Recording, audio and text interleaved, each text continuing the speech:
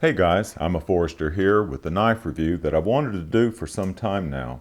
Now you've seen this Emerson Gentleman Jim in a previous video of mine, maybe a couple. I bought it as a single-purpose tactical folder. I don't carry it very often, but I think Emerson has hit a home run with this knife. Now I may have done things backwards, but I bought this Kershaw-Emerson CQC-6k, and that's a mouthful, after buying the Gentleman Jim. I was curious how they compared in materials, quality of construction, and the Emerson cool factor. Now I'm not going to compare function between these knives because in my mind they serve two totally different functions. As I mentioned, the Gentleman Jim is a single-purpose tactical folder, while the Kershaw-Emerson is a beater knife that can function for self-defense in a pinch. When selecting the Kershaw-Emerson, I tried to find a knife as similar to the Gentleman Jim as possible.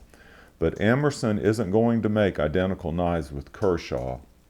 There are some major and some minor differences. And that's the point of this video. What are those differences and how significant are they? With the real Emerson costing 6 times the cost of this Kershaw-Emerson, which knife gives you more bang for the buck? First off, the major difference that I noticed immediately when I got this knife in hand is the difference in weight. This is somewhat amazing since there's only 4/10 of an ounce of difference between these two knives. The Emerson is 4.6 ounces, while the Kershaw-Emerson is just a little over 5 ounces. Now the Emerson frame is made of titanium to hold down the weight, while the Kershaw-Emerson is made of stainless steel. Neither of these frames have been milled out. Now the knives are different shapes, with the Gentleman Jim being slightly longer, but the 6K is slightly broader. In any regard, as far as the weight goes, the price of the Emerson is partly for the titanium frame to hold down the weight, and the Gentleman Jim does seem like a lighter weight, more nimble knife in my hand. The balance point of each knife is right here behind the finger choil or at the rear of the finger choil, and to be fair, the weight of neither knife is a showstopper. Now the next most important difference in these knives is the blade material. The American-made Emerson uses 154 cm steel, while the Chinese-made Kershaw-Emerson uses 8 CR14 MOV steel that's used on budget knives. Neither of these steels is what's considered a super steel, but the 154 cm is much preferred to the 8 CR14 MOV. Both of these blades will take sharp edges, but the 154 cm holds that edge much longer. For what it's worth, I've never sharpened the Emerson, but I have sharpened the Kershaw-Emerson twice since I've had it. To be fair though, I've used the 6K much more than the Gentleman Jim. The third major difference in materials is the G10 handle material that's used in each knife. Now I'll give you a close-up shot of the G10 at the end of the video, but the G10 of this Emerson is much grippier than the Kershaw-Emerson. In fact, the Emerson uses the best G10 of any knife manufacturer, in my opinion, and it's on both sides of the knife, which aids in traction. The G10 of this Kershaw-Emerson is almost slick, and it's only on one side of the knife, so it really doesn't have that great a traction. Since I use the 6K as a beater knife, traction really isn't a big deal to me, but it's worth noting. Well, how about quality of construction? Both of these knives are similar in quality of construction with only very slight differences. Emerson tends to make a statement with the rough and ready look of their knives, so they aren't going to be the most polished knife in the collection.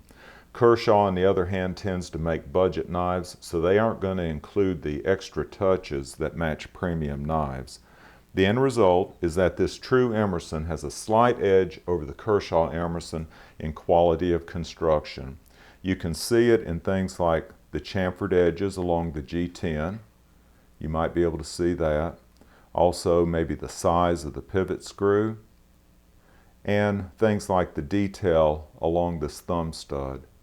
My camera may not be able to pick up that detail, but I can feel it when I have the knife in hand. Finally, there's the Emerson cool factor. The Gentleman Jim definitely has it, but what is the cool factor? Well, I think it's a combination of several things. It's the premium materials, the look and feel of the knife, and the patriotic attitude that Ernie Emerson portrays through his knives. The question is, does the Kershaw-Emerson series of knives have that cool factor? Well, they definitely have the Emerson wave feature and thumb disc. They also have the Emerson name and logo right there on the blade to remind you. But if you take those features away, the knife actually has a pretty generic look and feel to it. To me, I don't give it a lot of points for being Emerson cool, but that's in the eye of the beholder, and you might. So how do I wrap my brain around these two knives? Well, if you can afford it, and you feel the need to occasionally carry a single-purpose self-defense knife, get a real Emerson. Maybe not necessarily the Gentleman Jim, but get a real Emerson. Don't think that this Kershaw-Emerson is a substitute for the real thing. On the other hand, if you want an inexpensive beater knife with the Emerson name thrown in for free, this Kershaw-Emerson series was made for you. Which knife has more bang for the buck? Well, this might surprise you, but I actually think the Kershaw-Emerson at a $30 price point.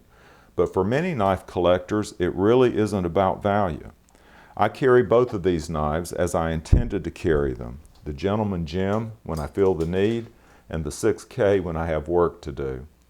I hope this helps point out the differences in these two knives. They're two totally different knives built for two different purposes. Y'all take care.